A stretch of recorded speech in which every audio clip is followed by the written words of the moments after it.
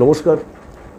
এত রাত্রে ভিডিও করছি, জাস্ট আমি বাড়িতে ঢুকেছি। বাড়িতে ঢুকে এখনও পর্যন্ত খাইনি, কেননা মা রাত্রির দেখুন এখন ঘড়িতে কটা বাজে দেখে নিন। আপনারা বিশ্বাস না করতে পারেন তো দেখুন রাত্রি কটা বাজে, ঠিক আছে, রাত্রির 2:30 বাজে, ঠিক আছে। আমরা সবে ঢুকলাম বাড়িতে, আমি ঢুকলাম। এবার আমার পিছনেও কিন্তু নৈহাটির পলাশদা থাকে, সে ঢুকবে, ঠিক আছে।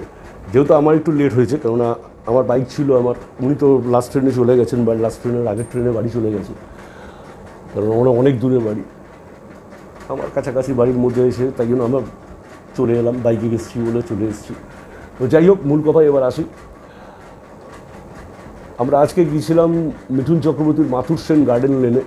সেখানে মিঠুন চক্রবর্তীর মাসি, নিজের মাসি না, ওনাকে মাসি প্লাস বন্ধু বলা যায়, কালী মাসি, সেই কালী মাসির কাছে গেছিলাম মিঠুন চক্রবর্তীর জন্মদিন উপলক্ষে তার থেকে মিষ্টি মুখ করানোর জন্য। তো খুব ভালো, ওনার শরীর সুস্থ আছে, ভগবানের কাছে প্রার্থনা করি উনি যেন আরও সুস্থ সবল থাকুক। বাবা লোকনাথের কাছে ওনাকে প্রার্থনা করি যেন উনি আরও সুস্থ সবল থাকুক। তপনদার আমাদের খুব ভালো ভালো পরামর্শ দিয়েছেন যে কী করণীয় উচিত, সেগুলি আমরা ভিডিওতে দেখাতে পারছি না, কিছু কারণবশত আমরা ভিডিওতে দেখাতে পারছি না তপনদার জন্য। আর কি বলবো বলুন, এই মানুষটার সম্বন্ধে আপনি যত বলবেন কথা শেষ হবে না। মিঠুন চক্রবর্তীর সম্বন্ধে যদি কিছু বলতে চান, কোনো কথাই শেষ হবে না। তো যাই হোক, কালকে 16ই জুন, কালকে আমরা একটা প্রোগ্রাম স্থির করেছি। আমরা স্থির করেছি পার্ক সার্কাস থেকে শুরু করব, আর বারুইপুর পর্যন্ত খুব লং ডিস্টেন্স সিদ্ধান্তটা নিয়েছি। যেসব দুস্থ মানুষরা আছে তাদের পোলাও, আলুর দম আর মিষ্টি, দুটো করে মিষ্টি থাকবে, আর পোলাও থাকবে, আর কাশ্মীরি আলুর দম আমরা তাদের দেব। কিন্তু আমাদের সিনিয়রদের সিদ্ধান্ত হয়েছে যে এটা ভিডিও করা যাবে না, কেননা আমাদের সিনিয়র যারা আছেন, মানে উৎপলদা আছে, পলাশদা আছে, অশোকদা আছে, বাবনদা, এই বাগবাজারের আছেন, বারাসাতের দাদা আছেন, তারপর আছে অমিত সেন আছেন, খুদ আমি আছি, এরকম সবাই মিলে একটা সিদ্ধান্ত নিয়েছি। আরও অনেকেই আছেন, সিদ্ধান্ত নিয়েছি। তবে প্রবীর মুখার্জি আসতে পারেননি। প্রবীর মুখার্জি একটু বিশেষ কাজ ছিল, তাই জন্য প্রবীর মুখার্জি আসতে পারেনি। আর আমরা এই সিদ্ধান্তটা নিয়েছি যে কালকে কাজটা করব, কিন্তু আমাদের সিনিয়র যাদের নাম নিলাম তাদের ওপরে দুজন আছে, তাদের আমি নাম নিতে চাই না, কারণ আমাদের সিনিয়ররাও বলেছে তাদের নাম নেবে না। কেন অনেকে আছে নাম নিয়ে কাজ করছেন, তাদের নাম নিয়ে যথারীতি তাদের নাম নিয়ে কাজগুলো করছেন, আমরা তাদের নাম নিতে চাই না। আমাদের কাছে স্ট্রিক্ট অর্ডার আছে, কালকে যদি কাজ হয় কোনো ভিডিও যেন না দেখানো হয়। আমাদের উৎপলদাও বলে দিয়েছে যে কোনো ভিডিও করা যাবে না। হ্যাঁ, ভিডিও করা যাবে 16ই জুনের পরে, ওই ভিডিওগুলো আমরা করে রাখবো, তবে তারপরে আপনাদের সামনে আমরা তুলে ধরব। আর মিঠুন চক্রবর্তী 16ই জুনের সম্পর্কে আমরা কিন্তু জন্মদিন পালন করি বাড়িতে, যেরকম এক একজনের ক্যাটাগরি। কারোর বাড়িতে হয়তো আমার জন্মদিন, আমি হয়তো আজকে খাসির মাংস, বিরিয়ানি চালের ভাত, মিষ্টি, পোলাও খাই, আনন্দ ফুর্তি করি। কিন্তু মিঠুন চক্রবর্তী কিন্তু নিজের জন্মদিন পালন করেন না। এই একটাই সেলিব্রিটি আছে টলিউড এবং বলিউডে যে নিজের কোনো জন্মদিন পালন করেন না। আর মিঠুন চক্রবর্তী কিন্তু, এটা অনেকেই জানেন যারা পুরনো সদস্য আছেন, মিঠুন চক্রবর্তী কিন্তু কেক কাটার নিষেধাজ্ঞ। এখন কিছু লোক অস্বীকার করতে পারে, আমি তাদের নামও নিতে চাই না, নামও নেবো না। কাউকে ছোট করা আমার কাজ না। আমার কাজ দাদার পথের যে দেখিয়েছে সেই পথের মধ্যে দিয়ে আমাকে এগিয়ে যেতে হবে। দাদার অনেক কথা আছে, একটা কথা আমি ভালো করে মানি, যে এক হাতে কাজ করবে তো অন্য হাতে যেন টেন না পায়। আমি তাকেই ফলো করে কাজ করি, যে এক হাতে কাজ করব তো আর এক হাতে যেন সেটা যেন বুঝতে না পারে যে আমি কাজ করছি। তাই জন্য কালকে এই ভিডিওটা আমরা দেখাতে পারছি না। আমরা নেক্সট ভিডিওতে যেদিন আমাদের অর্ডার আসবে সেদিন আপনাদের আমরা দেখাবো যে আমরা কি কি কাজ করেছিলাম। আর পয়লা জুলাই থেকে আমরা একটা বিশেষ কাজ নিচ্ছি, সেটা হচ্ছে প্ল্যাটফর্মে, নর্থ ক্যালকাটার প্ল্যাটফর্মে এবং সাউথ ক্যালকাটা প্ল্যাটফর্ম। প্রথমে আমরা নর্থ ক্যালকাটা দিয়ে চালু করছি, কারণ আমরা বেশিরভাগ নর্থের ছেলে, আমাদের কাজ করতে সুবিধা হবে। নর্থ ক্যালকাটায় দমদম, বিধাননগর, শিয়ালদা, ব্যারাকপুর, বারাসাত, নৈহাটি, এই বেলঘরিয়া, সোদপুর, এই কটা স্টেশনে আমরা যেসব দুস্থ মানুষগুলো আছে, তাদের বাচ্চারা যে লেখাপড়া করতে পারে না, তাদের জন্য আমরা সন্ধ্যেবেলা একটা লেখাপড়ার মানে স্কুল খোলার ব্যবস্থা করছি প্ল্যাটফর্মের ভিতরেই। প্রত্যেক স্টেশন মাস্টারের কাছে আমরা সেই খবরগুলো পৌঁছে দিয়েছি এবং যথারীতি স্টেশন মাস্টারগুলো যারা যেসব স্টেশনগুলোতে, তারা আমাদের পুরোদমে সহযোগিতা করেছে, আরপিএফও আমাদের সহযোগিতা করেছে। আমরা সেই বাচ্চাদের লেখাপড়ার ব্যবস্থাটা সন্ধ্যে 6টা থেকে রাত্রি 9টা পর্যন্ত করব এবং তাদের একটা টিফিনের ব্যবস্থা করবো। খুব কম আমাদের প্রতিষ্ঠানটা সবে শুরু করছি, অল্প পরিমাণ দিয়ে আমরা তাদের একটা টিফিনের ব্যবস্থা করব, যেন বাচ্চারা পড়তে এসে খিদের জন্য যেন না হয়। এবং আমরা ওই বাচ্চাগুলোর মা বাবার সাথে, গার্জেনদের সাথে কথা বলেছি, তারা খুব আনন্দিত পেয়েছেন যে তাদের ছেলে মেয়েদের এই একটা শিক্ষার ব্যবস্থা করা হবে। কেননা তারা খুব গরিব মানুষ, তারা স্কুলে ভর্তি হতে পারে না। সেই কারণে আমরা এই উদ্যোগটা নিয়েছি এবং আমাদের সাথে একটা সংস্থা যুক্ত হবে 1 জুলাই থেকে। তারা এই বাচ্চাদের পড়াবে, লেখাবে এবং নার্সারি পর্যন্ত তাদের পড়াবে, লেখাবে, তারপর তাদের গভর্নমেন্ট স্কুলে ভর্তি করার দায়িত্বও তারা নিচ্ছে। আমরা এই সোশ্যাল ওয়ার্ক কাজটা আমরা হাতে নিয়েছি। আপনারা আশীর্বাদ করবেন যেন এই কাজটাকে আমরা সফলভাবে পূরণ করতে পারি এবং এর চেয়েও বড় যেন কাজ আমরা আরও আগামী দিন এগিয়ে নিয়ে যেতে পারি। তো নমস্কার, আপনাদের ভিডিওটা কেমন লাগলো? আজকের ভিডিওগুলো পরে দেখতে পাবেন যে কালীমাসির, আমরা গেছিলাম মাতুরসেন গার্ডেন কালীমাসির কাছে। ভিডিওটা কেমন লাগলো দয়া করে কমেন্টস করবেন এবং আমাদের সঙ্গে থাকবেন। ধন্যবাদ।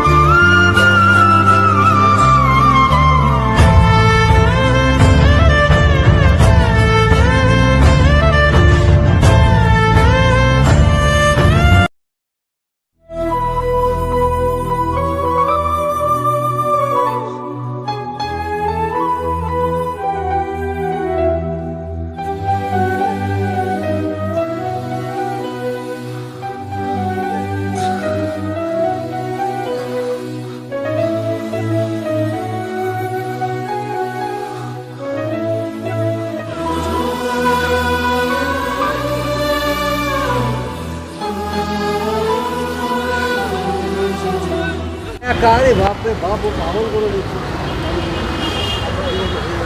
এই এদিকে এদিকে এদিকে আমার এরা হচ্ছে আমার একেবারে, এরা হচ্ছে আমাদের সব পিছনে ভেতর দিয়ে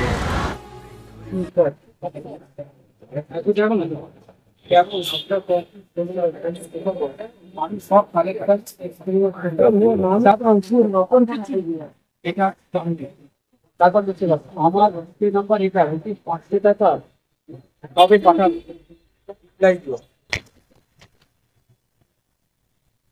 এই জায়গাটা তো আমাকে যা পাইনি এর কবে খেয়েছে না আন্দোলন কেউ কল কর, তুই আমার টেবিলে মানে টাকার পর টাকা পড়ে আছে, আমি ওর পিছনে বাড়ি যেতে পারছি না, আমার শীতকালে তখন তো আমার মানে হিবেলা কাজ।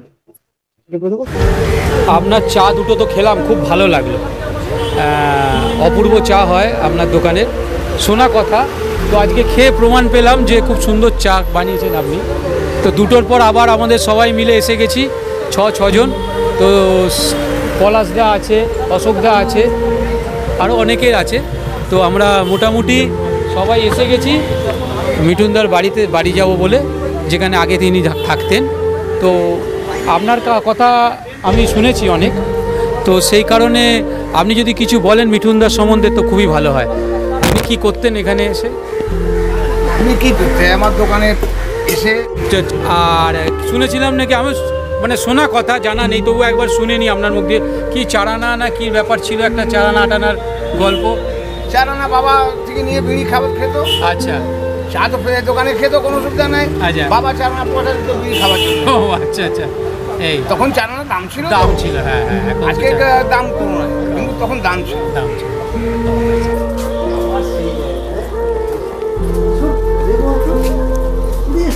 এই যে সেই জায়গা, যে জায়গায় মিঠুন চক্রবর্তী বোম ফোম রাখতেন একসময়, এই যে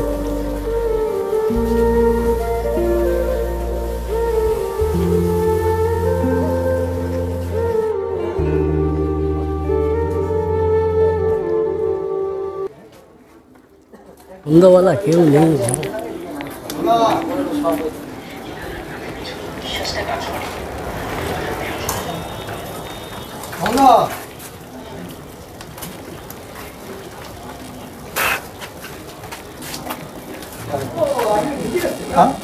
কেমন আছে? আমি না হয় ওরা ছাড়বে না, ওরা আমাকে ছাড়িয়ে নিত, ওরা আমাকে ছাড়িয়ে নিত। কেমন আছে? আপনি ঢুকুন তো, এটা একটু একটু বার করুন তো। না কিছু কথা আচ্ছা, মুশকিল বসে আপনি এত অতটা করেন না। আপনারা বলির জন্য। হ্যাঁ ঠিক আছে, ঠিক আছে। আমার জন্য আসছে। যাও যাও, উপরে যাও। এই চলো চলো চলো চলো। ভালো আছেন তো? আর সেই মিঠুন চক্রবর্তীর বাড়ি। কেমন আছে? ভাই অত জায়গা হবে না, আমরা আমার ঘরে এসে বসতে হবে। ঠিক আছে, ঠিক আছে। আমি রাজবাসীর লোক না। হ্যাঁ দেখবেন। আচ্ছা তো আমাকে আমার মাসিমা দেখবেন।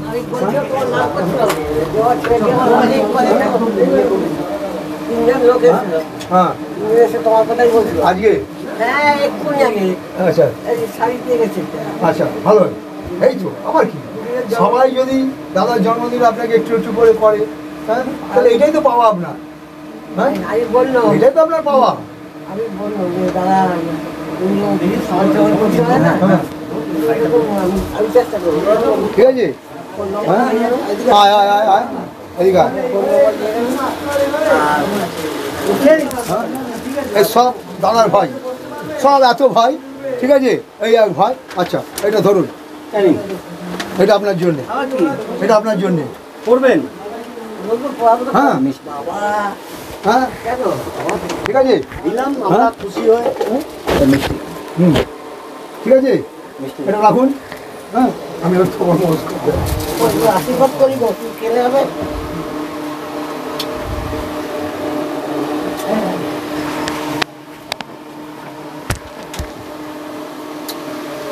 ভালো থাকবে, আর এটা পড়বে, হ্যাঁ একদম। আর তুমি পড়লে আমাদের খুশি হবে, না না আমার পড়া তো দেখবো না, মিষ্টি করবো। মিষ্টিও খাবে, হ্যাঁ মিষ্টিও খাবো। একদম। তোমরা খাচ্ছি করে চলো। না, আমরা খাবো না, আমরা আমরা চা না, না, খেয়ে আমরা খাবো না, এসেছি, আমরা খেয়ে সব খেয়ে এসেছি, বাইরে থেকে সব খাওয়া দাওয়া করেই এসেছি। এটা সব তোমার জন্য, ঠিক আছে? ভালো থাকো। সবাই আপনার জন্য। তোমার সেই আসেই হ্যাঁ তুমি আসো না। একটু ধরে নিলে আসতে পারবা? হ্যাঁ? একটু ধরে নিলে ওই ঘরে। না যেতে পারি না।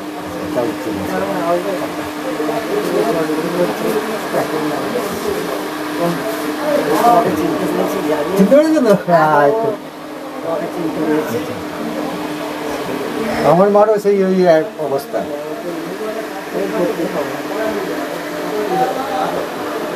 খুব গরম, খুব গরম।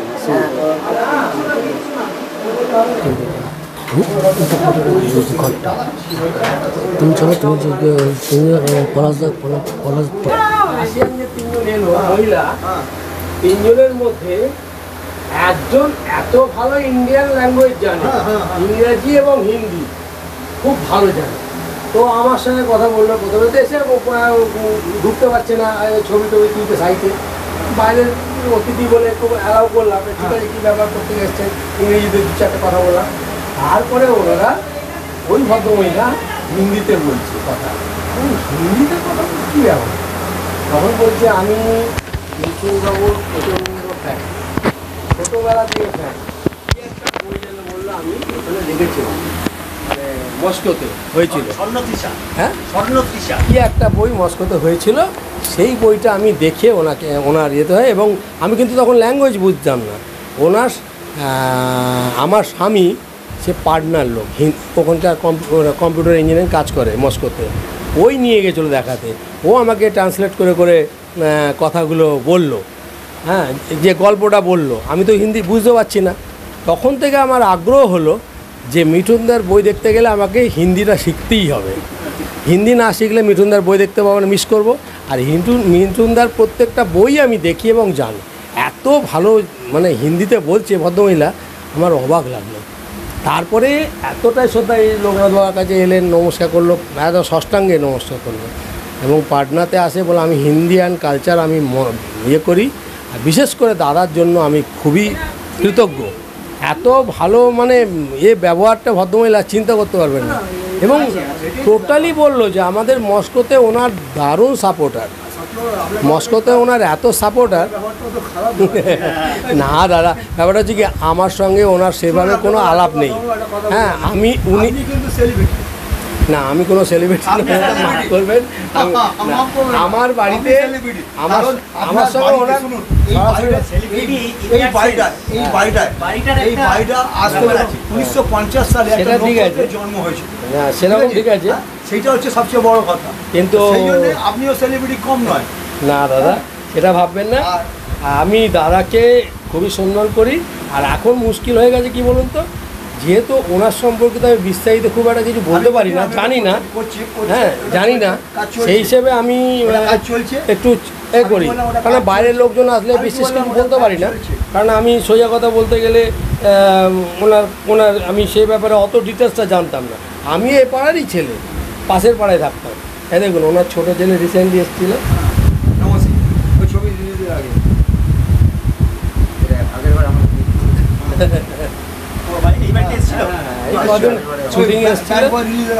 আরো ছবি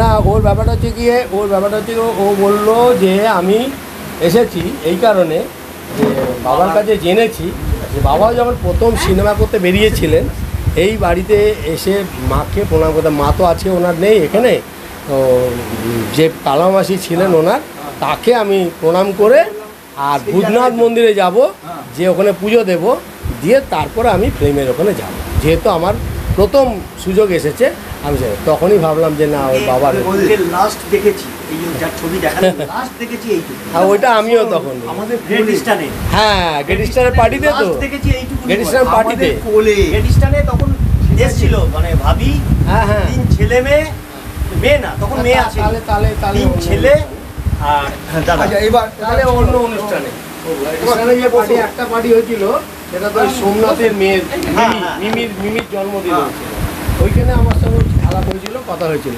তারপরে মিনারবা থিয়েটারে আমাদের যখন কর্মীদের ওপরে একটা হলো, উনি একটা বিরাট দানের প্রোগ্রাম করেন, সেখানেও আমি কিছু দিয়েছিলাম এবং সেই সময় একটা সরাসরি আলাপ হয়েছিল। তারপরে ব্যাপারটা হচ্ছে ওনারা তো ভিআইপি মানুষ, ওনাদের সঙ্গে কেন আমার। এবার তখন কিন্তু সোমনাথ রাজা এরা যেহেতু আসতো, যেমন বাদলদা, কেউ আসলে আমি ওদেরকে ঠেকিয়ে দিতাম, তোমরা কথা বলো। বাদলদা মারা গেছে এই কিছুদিন আগে, মারা গেছে। এবার ওদেরকেই ঠেকিয়ে দিতাম, ওরাই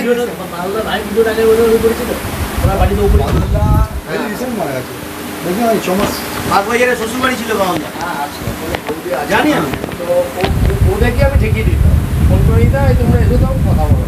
কারণ আমি যেগুলো বিস্তারিত জানি না তার সম্বন্ধে কি, তবে আমি যেটা বললাম আপনাকে, যদি এটা আমারও সংকট, বিভিন্ন লোক আসছে, মস্কো থেকে আসছে, এই যে লোক আসছে, অনেকে যেটা ছবি বা এই দেখা না, একটা সংক্ষিপ্ত জীবনী লেখা চলছে, সেলিব্রিটি। হ্যাঁ, না না, ওনার ঠিক আছে, ছাড়া কোনো, আর উনি হচ্ছে ন্যাশনাল প্রপার্টি, জাতীয় সম্পদ, মিঠুন চক্রবর্তী জাতীয় সম্পদ। ঠিক আছে, ওকে নিয়ে এমনকি যে যা খুশি করতে পারে। এমনকি এই লোকটা আসে তো ইংলিশটা দরকার। হিন্দি দরকার, হিন্দি ভাষা তারপর ইংলিশ। না, মিষ্টি একটু খেতে হবে। হ্যাঁ, আটকে গেছে মনে হয়।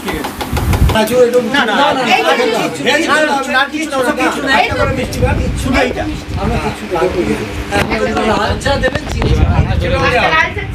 একজনের না সবাই খাবে, সবাই খাবে। না না, চা চা অসুবিধা চা খাই। অসুবিধা চা খাবেন হবে না। যাবো যেখানে দাদা ঘুড়ি টুড়ি ওড়াতো, মাসির বাড়িটা দেখতে পাবেন আপনারা। মাসির বাড়িটা দেখিয়ে দেবো 10 নম্বর কাশীনাথ স্ট্রিট, এই পাড়া থেকে, আমার বাড়ি থেকে দেখা যায়, দেখা যায়। কিন্তু একটু সন্ধ্যেবেলা হয়ে গেছে, সন্ধ্যেবেলা হয়ে গেছে, তবুও দেখা যায়। আর যে ঘরটায় থাকতো সেই ঘরটা একটু দেখা উপরে, কিন্তু ওটা তোমার ভাই বোন থেকে চাবি থাকে, এখানে থাকে না, মাঝে মধ্যে আসে, খুব কম আছে। ওটা রেনোভেট হয়ে গেছে, সবই হয়ে গেছে। বলতে কিছু নেই, পুরোনো খালি ওই যেটা বলা কলেজে, তারপরে রিনোভেশন ক্যামেরার কথা যাই হোক বললাম মানে এই ধরনের হ্যাঁ কমায় কিন্তু বললাম এই করে মোটামুটি সারিয়ে এই জায়গায় চেহারা এসেছে। আগের যা চেহারা ছিল সেটা দেখলে আপনারা মানে এটা এক কাটার মধ্যে না 2 কাটাই 2 কাটা মানে অনেক ভাড়াটি। হ্যাঁ তখন প্রচুর ভাড়াতে ছিল, একটা নেপালি ছিল ওখানে কিছুই মানে তখন পায়খানা বাথরুম সব একটার মধ্যে কমন। না না হ্যাঁ এই একটাই কমন ছিল, ওপরে একটা ছিল না ওনাদের একটা ছিল, ওনাদের ওপরে একটা ছিল, ওনাদের ওপরে একটা, ওনাদের 2টো রুম আর বাথ, এইটাতে 2টো রুম মানে দাদাদের। তাহলে বাংলাদেশ থেকে এখানেই প্রথম আসা। কার দাদা বাংলাদেশ থেকে কেন আসবেন? দাদার বাবা দাদার বাবা শান্তিপুরের মানুষ, শান্তিপুরের মানুষ ওনারা। শান্তিপুরে মানে উনি টেলিফোন ডিপার্টমেন্টে চাকরি করতেন। আমি আমার সঙ্গে সরাসরি কোনো দিন আর দেখা হয়নি, আলাপন আমি যার লোক মুখে শুনেছি, বা এই সোমনাথ রাজার কাছে যেটুকু, এই বসন্ত জগতে সোমনাথ রাজার কাছে যেটুকু শুনেছি, উনি এখানে চাকরি করতেন, সেই সুবাদে এখানে আসা যাওয়া ছিল। মামা বাড়িতে উনি মানুষ, এই তো ব্যাপার। হ্যাঁ ওইখানে তো ওনার দাদু ছিলেন কালীকিঙ্কর ভট্টাচার্য, সেই মানে মায়ের বাবা, সেই হিসেবেই এখানে থাকা ম্যাক্সিমাম পড়াশোনার খাতিরে। অ্যাকচুয়ালি ওনারা শান্তি বাবার যেটা এখানে মাসির বাড়িটাও ওই সামনে, ওনারা যাতায়াত করতে এই বাড়িতে আসতো। ঠিক আছে, ভালো লাগবে। আমাদের মহাগুরু মিঠুন চক্রবর্তী এখন একটু মডিফাইড হয়েছে, ছোটবেলাকার স্মৃতি এটাই ওনার।